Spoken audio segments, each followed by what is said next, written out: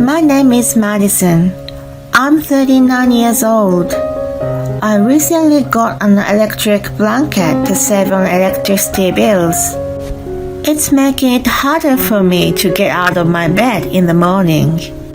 The other day, I wasn't planning on snoozing, but I fell back asleep and was almost late for work. Beware of electric blankets. What? I'm just being spoiled? I don't know what you're talking about. Anyway, I want to tell you about when I was married to a spoiled brat. I'm sure you will all be annoyed with him too.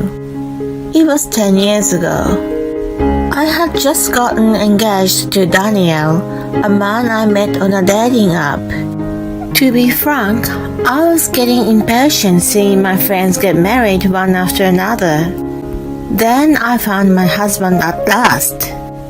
I was overjoyed and had my head in clouds thinking I was chosen by a good man too. However, there was an instant that snapped me back to reality.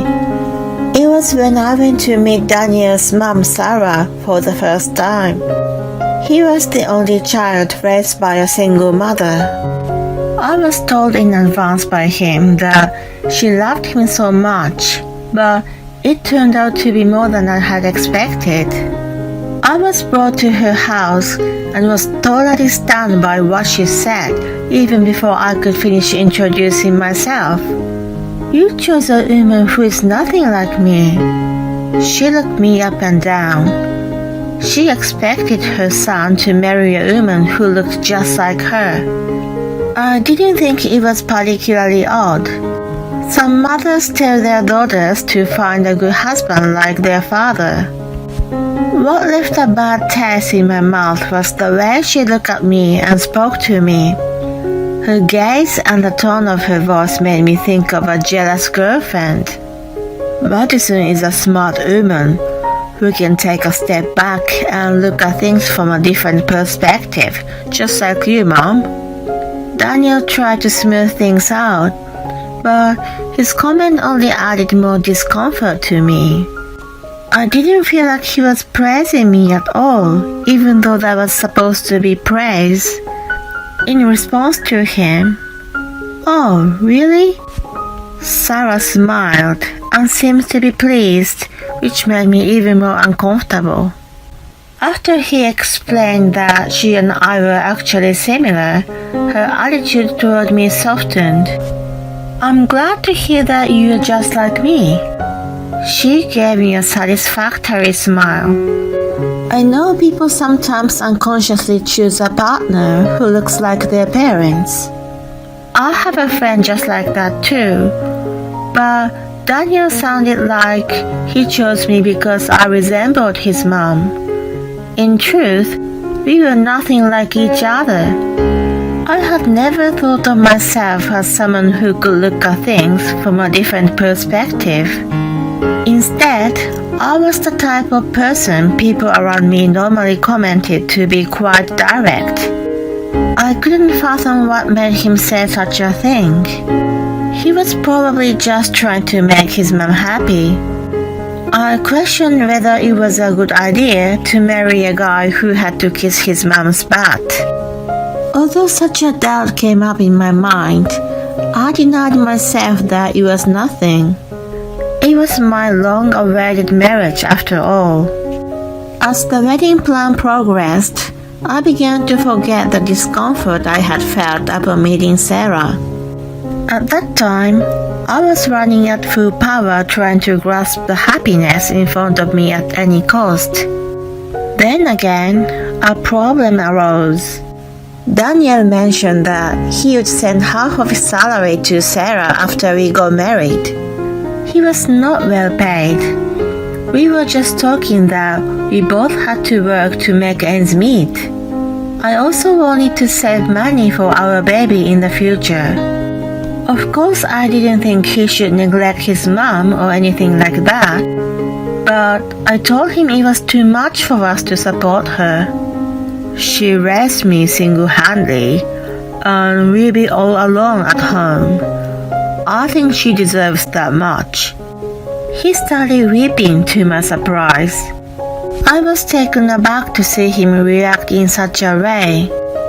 I wondered if our marriage was going to be okay, but again, I tried to tell myself that he was a sensible person with strong ties with his mother, coming from a single-parent family. It was right before our wedding, so I also had a strong feeling of responsibility to understand him.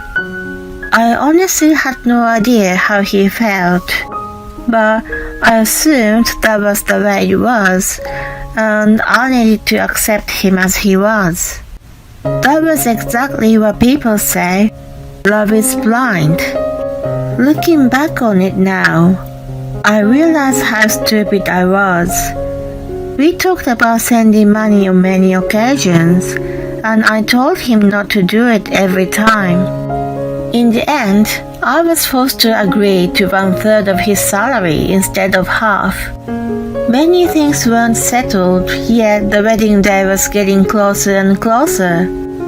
I did think about canceling it at one point. I just couldn't make up my mind when I thought about the cancellation fee, and settled on having more discussions after the wedding. There were also issues with the wedding planning. For some reason, Sarah kept interfering with us and told us what to wear and how the event should progress. Daniel listened to her every word, so the fall event had changed a lot.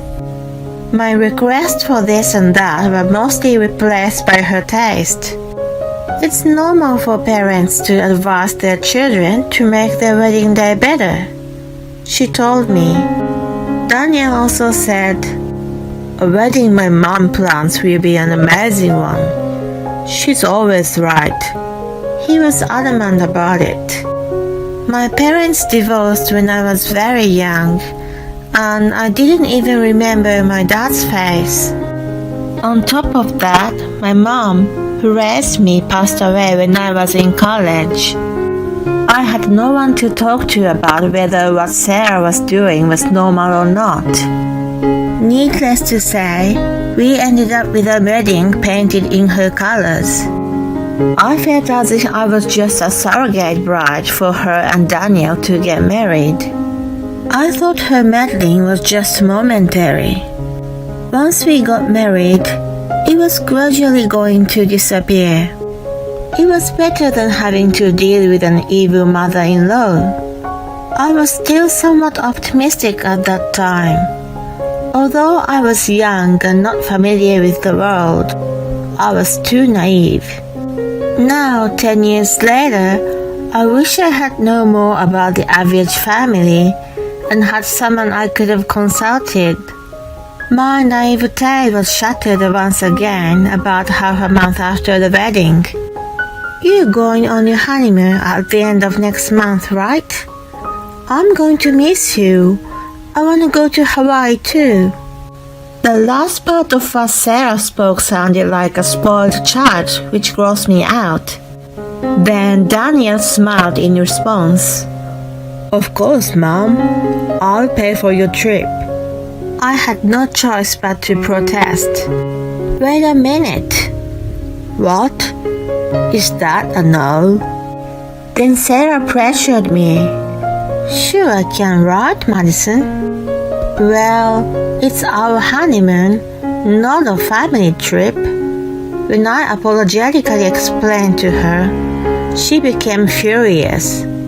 "How dare you? Daniel is my son. I won't let you take him away from me just because you are married to him." "What are you talking about, Mom? I'll never leave you. Even if I'm married, you're still my number one." With tears in her eyes, she hugged him tightly, and he gently patted the back of her head. I realized that my marriage was no longer possible at that point. The scene was nothing but unpleasant. I was filled with distaste. The sight of them made me sick.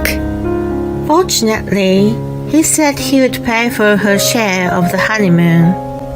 I decided to go along with him and knock him down later. I apologized to both of them and settled the situation. I kept an eagle eye on them until the day of the honeymoon. When it finally arrived, Sarah was smiling ear to ear. Even though we hadn't arrived in Hawaii yet, she showed up at the airport wearing a hibiscus necklace. I'm so excited. I haven't taken a trip with you in years. You have a lot of fun, Mom. Daniel was also all smiles while talking to his mom. Of course, if Madison wasn't here, it would have been a nice family trip. Don't worry, she's here to help you. You can ask her to carry your luggage. On top of saying whatever they wanted to say about me, they were holding each other's hands for some reason. I didn't think anything of it anymore. I just kept them out of my sight as much as possible. It was definitely not good for my mental health. I had an important business to take care of. I'm sorry to interrupt your excitement.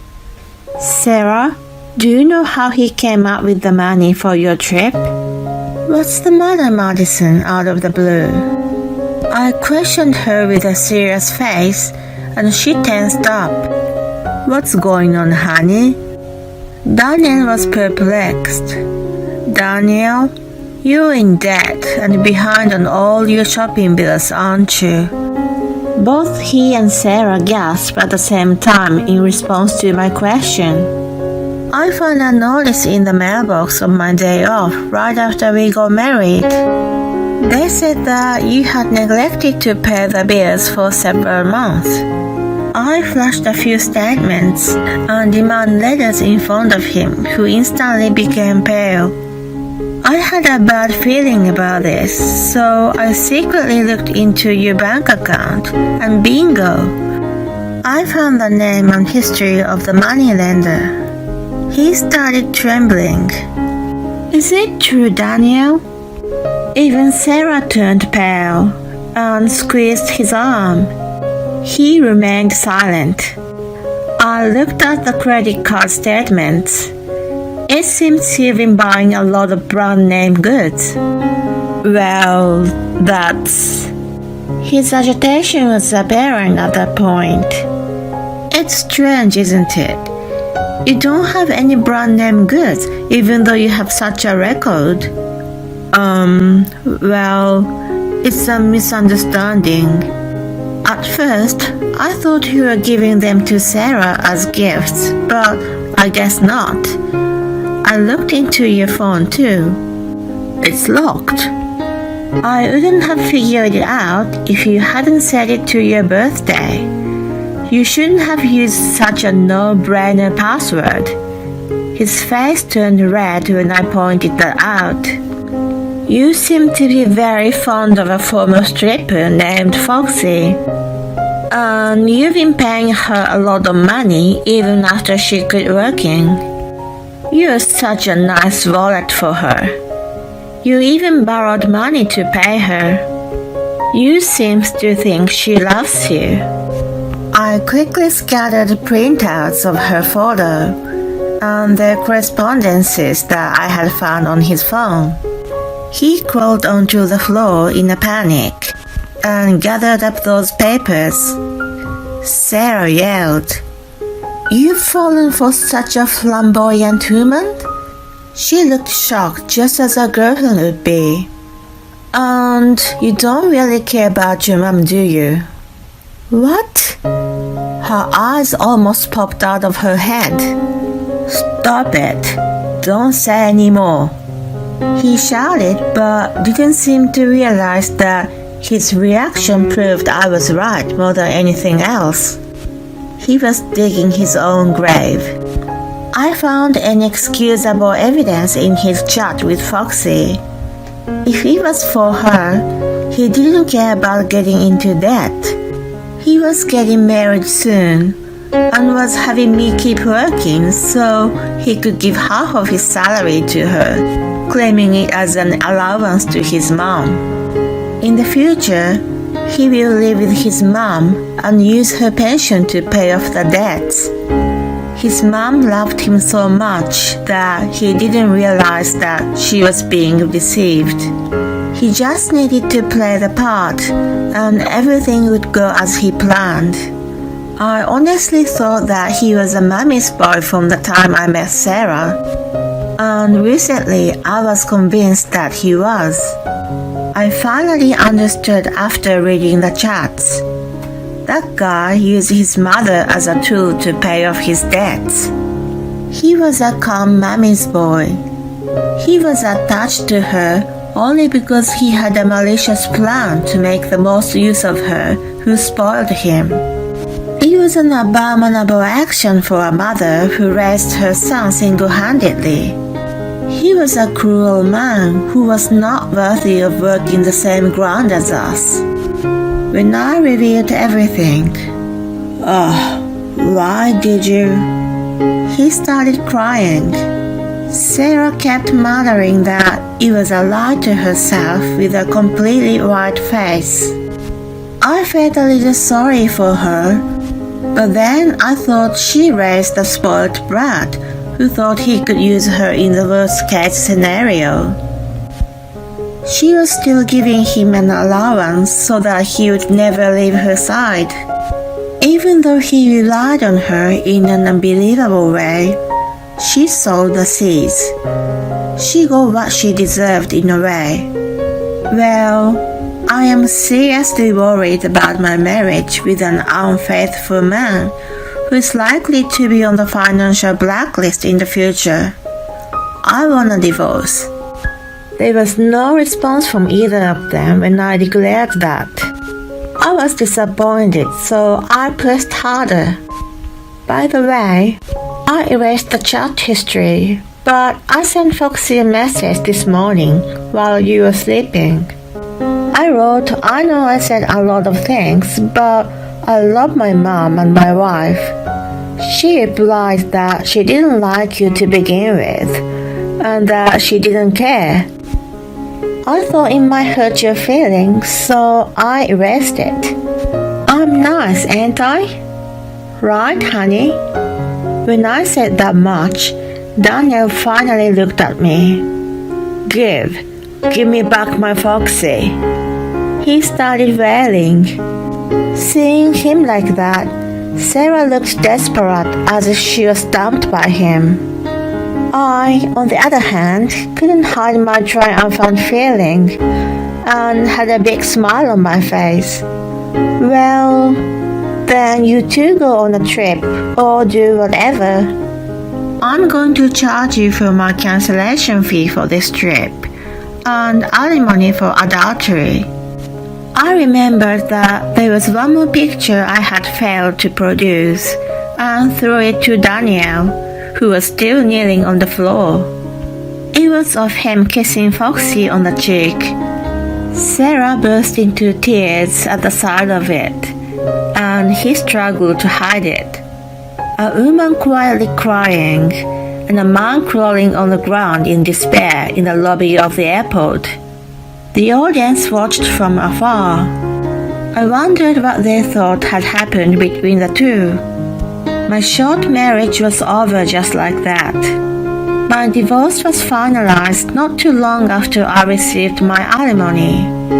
What was a little surprising was that Daniel asked me not to tell anyone he was a mommy's boy.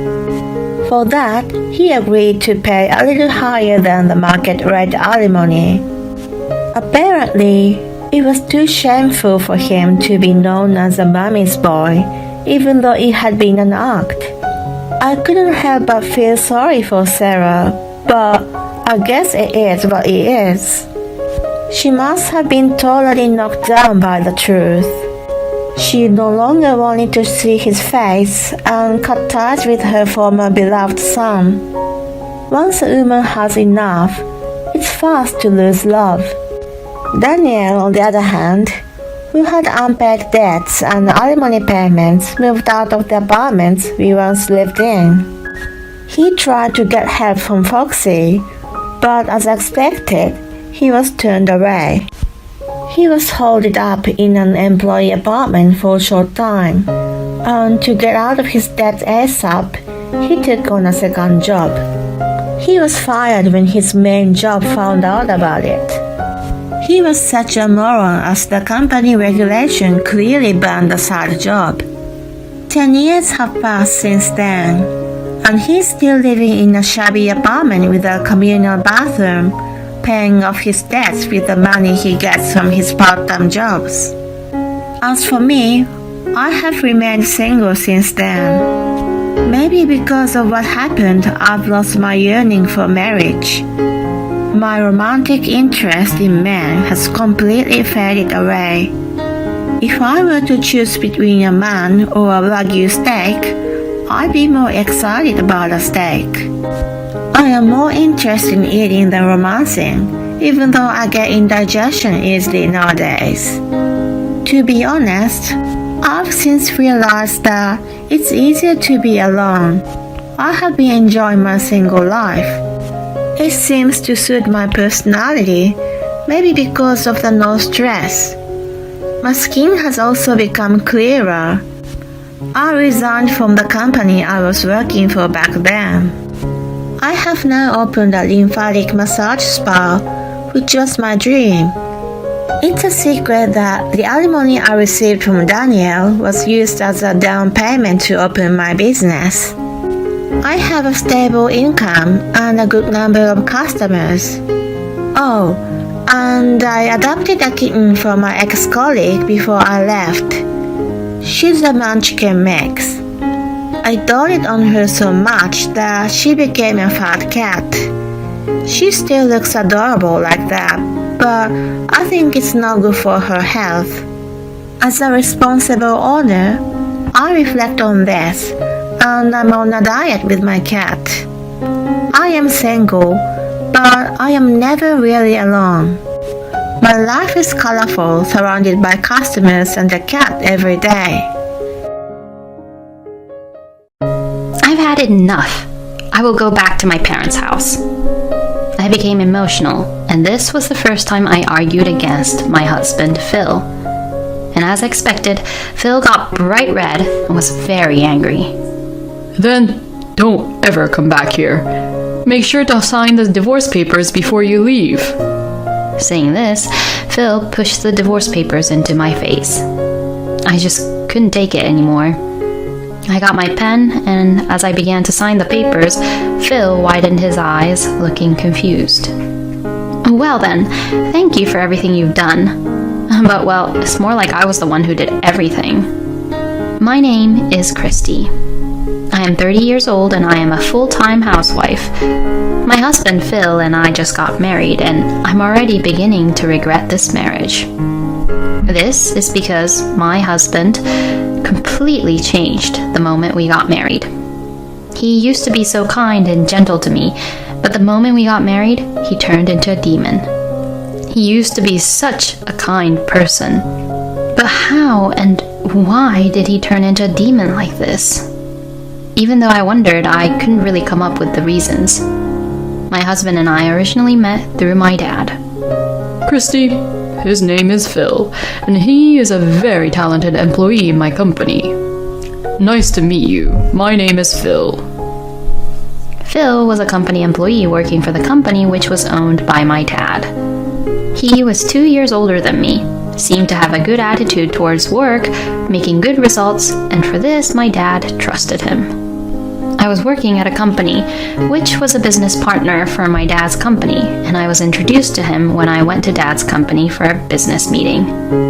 Christy, you aren't married yet, and I heard that you're not dating anyone currently, so I thought, why not Phil? What? Wait a minute, Dad. What are you saying all of a sudden? I was surprised when Dad suddenly suggested Phil as my fiancé. I mean, you can't stay unmarried like this, and I'm not saying that you two should get married. I just wanted him to meet my daughter because he is brilliant and excellent. you should go to dinner once with him and talk with him. Won't it be a bother for you, Phil? I mean, my dad suddenly made such a reckless request to you. No, I don't think it's reckless at all. In fact, I feel very honored. If you don't mind, I would like to have dinner with you once. Phil approached me in such a positive way that I got a little excited. And we actually went out to dinner, and he was very kind and also interesting to talk to. But he was also quite a gentleman, without being very shallow about anything. To be honest, I was attracted to him right away. When Dad asked me how it was like with Phil, I told him he was fun and nice. And I was too embarrassed to say that I liked him a lot. But I kept in touch with him without telling my dad about it, and we started seeing each other after that. And after a few more dates, we decided to officially go out. Phil looked at me seriously and said that he wanted me to go out with him with marriage in mind. I said yes to his confession, and then decided to inform this to Dad. My dad said, Oh, you decided to go out with him? Good, good, good. And he was certainly overjoyed. And from then on, Phil and I continued to date. He always made me great date plans and treated me like a princess. I was puzzled because I had never had a man treat me so kind like him before, and I was just very happy. I was beginning to think that I wanted to marry such a wonderful man like Phil. About a year after we started to go out, Phil proposed to me. The place where Phil proposed to me was at a very beautiful table with a night view at a top-class restaurant. I waited for his words with anticipation and excitement, hoping that he might propose to me. Then Phil pulled out a ring box from his pocket, pulled out a ring from it, and finally proposed to me. Christy, please marry me. I will make you happy for the rest of your life. Yes, I will marry you, Phil. I felt like I was in heaven. I was so happy that he proposed to me, that I could have just died like this. And when I told my dad about the marriage, he was very happy. Oh, Christy, honey, I'm so happy for you. I'm sure that your mother in heaven is definitely happy too. You're right, Dad. I'll make sure I can deliver a wonderful wedding to Mom. Mom died of illness 10 years ago, and since then, Dad and I have lived together, just the two of us. I wish Mom could have seen me as a bride, but I am sure she will be smiling at me in heaven. Afterwards, Phil and I had met with his family, and we held a wonderful wedding, and it all went well with no issues. My friends and colleagues congratulated me a lot, and I once again experienced the peak of happiness at the wedding. My dad, being the president of the company, tried very hard not to shed tears in front of his subordinates, but I could tell that he was very moved and emotional. Dad must have been really happy because he kept on congratulating me. We finished the wedding in a very happy state, and I was just imagining the joyous married life that was to come.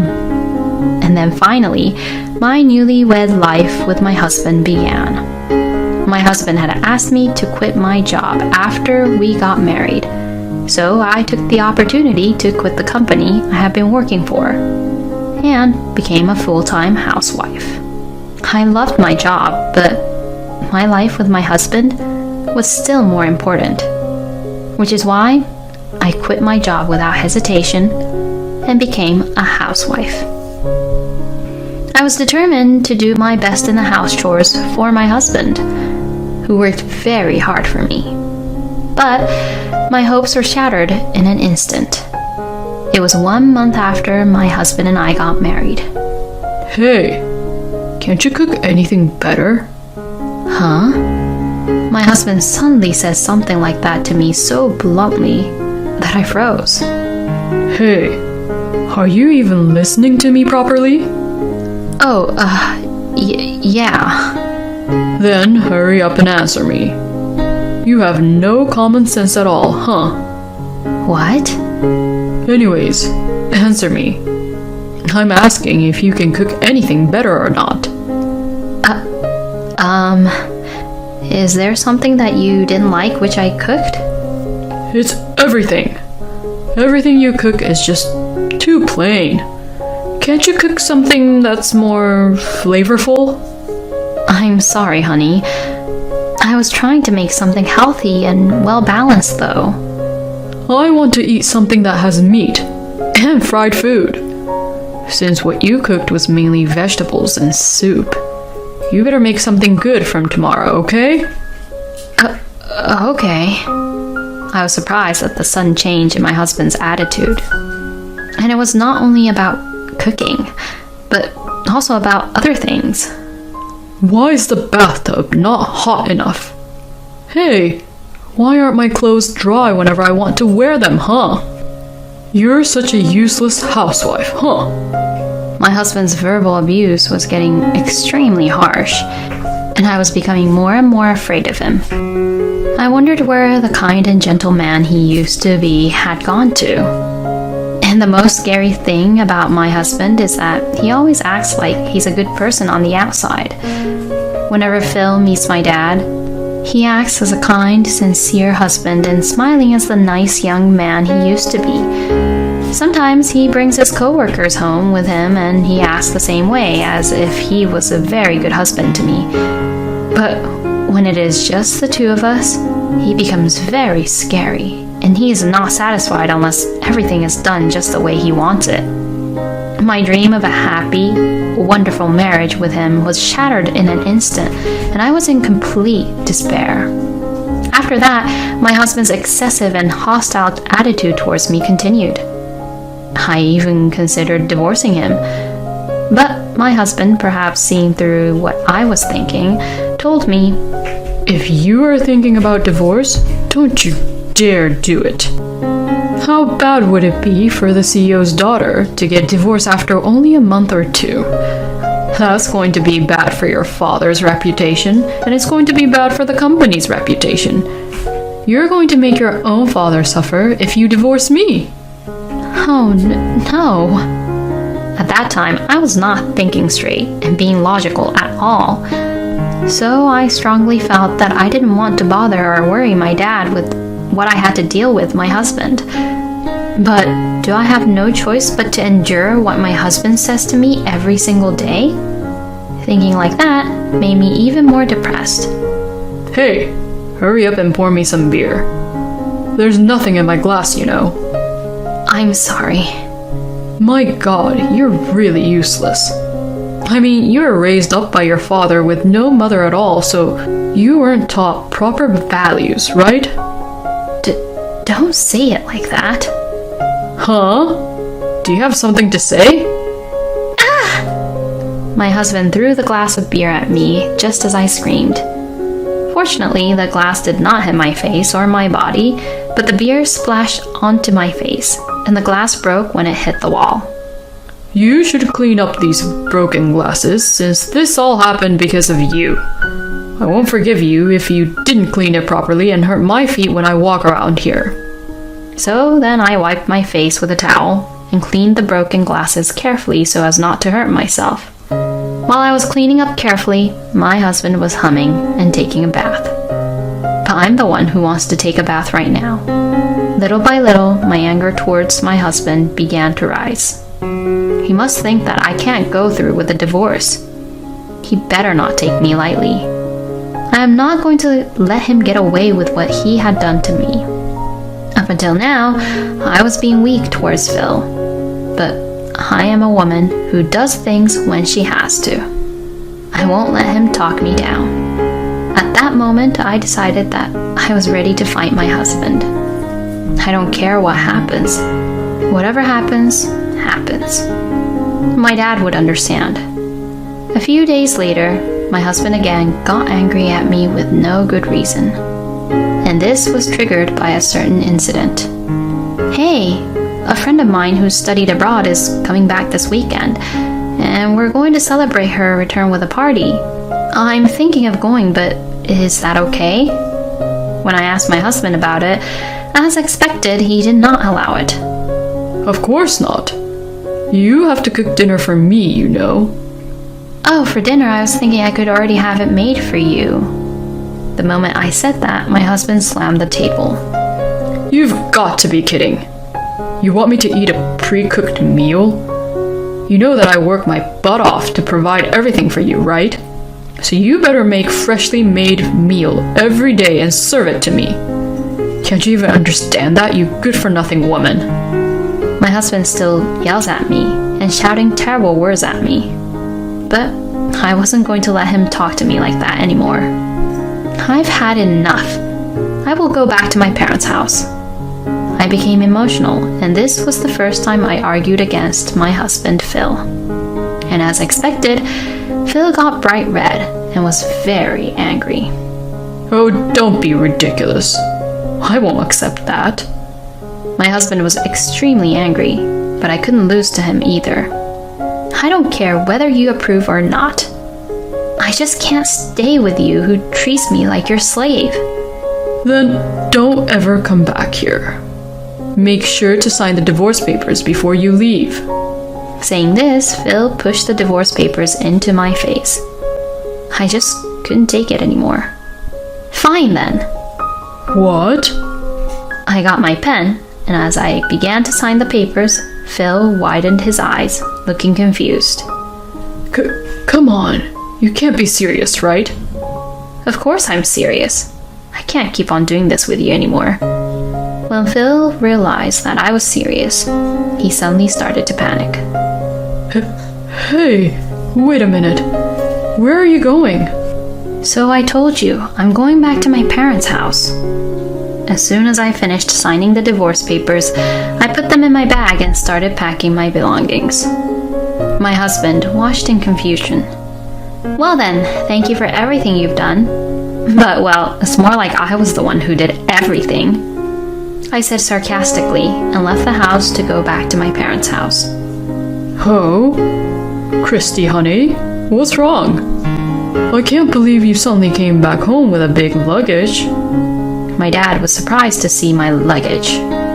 I, on the other hand, had tears flowing down my cheek when I saw my dad. Christy? Before I knew it, I was hugging Dad. What's wrong? What in the world happened, honey? In any case, just come into the house. I'll make you some tea. Dad said that, and we both went into the living room. And after drinking the tea which calmed me down, I told him everything. He listened quietly and then quietly opened his mouth. Honey, I'm sorry for giving you a hard time.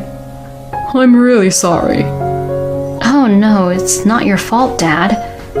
No, first of all, it was me who introduced Phil to you. And besides, it's true that he was using me as a leverage for you to obey him, Christy. And you put up with it because you were worried about me and the company. So I'm responsible for that. My father said that as he apologized. Then he looked up at me and said with a serious look on his face, As for Phil, I will punish him thoroughly. I looked at Dad and nodded strongly. The next day, I received so many phone calls from my husband. I was mentally exhausted and was resting at my parents' house, but my husband was calling me incessantly, so I had no choice but to answer the phone. Finally, you picked up. Hey, what the hell did you say to your dad? Did you know that your dad fired me right away? What do you mean, what? Of course. I told him everything you've done to me. The many heartless outbursts, the way you used my dad and his company to threaten me, and even the way you made fun of the fact that I was brought up with a single parent and made fun of me and my family. Do you think that a daughter who heard all of this from his own daughter wouldn't be angry? Well, a man who would tell his wife something like that would never get any credibility in the company anyways. You've got to be kidding me. You have no proof that I said anything that bad to you. Don't you dare look down on me like that. I've been keeping a diary and other records of what you've done and said to me, and I've even recorded our conversations. I already have plenty of evidence of your daily verbal abuse to me. No way. Oh, and I heard that there was another reason for you being fired. My dad contacted everyone who had ever left the company, and they all said they were changing jobs or leaving for personal reasons. But when he asked them the exact reason, they all told him the real reason. They all were saying that they had all been harassed by you and that you had even taken credit for their work. When my dad told them that he was going to fire you and rehire them all back, they were happy to cooperate. What? You act like a good person in public that none of your superiors could see your true nature. You even deceived my father, so I'll give you credit for that. But don't think that you can keep on doing bad things forever. You will never be able to move on to another company in your line of work. And I'm going to charge you compensation for the emotional distress and all the harassment you've done to me. Compensation? I even have a doctor's note. You'll be notified through my lawyer, so you'll have to pay for it. The only place you're going is to hell. Oh no. My ex-husband's voice sounded so weak when I argued back everything I had on my mind. I teamed up with Dad and succeeded in getting Phil being punished. Afterwards, my ex-husband had to pay me the compensation fee. He's now working part-time and more than half of his salary pays off for the compensation fee. And Phil has been cut off from his parents because of this incident, and now he is living a lonely, sad life with no one to rely on. But he deserves what he got, and it's a really good feeling. Meanwhile, I went back to my parents' house and started living with my dad again. Then, Dad suggested that if I was willing, I would work with him on the premise that I would take over as the next CEO, so I decided to join his company.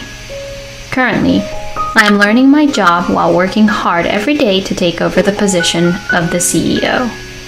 From now on, I will live with my dad happily, and I hope to make the company a success with my dad. Thank you for watching until the end. Please subscribe to our channel. See you in our next video.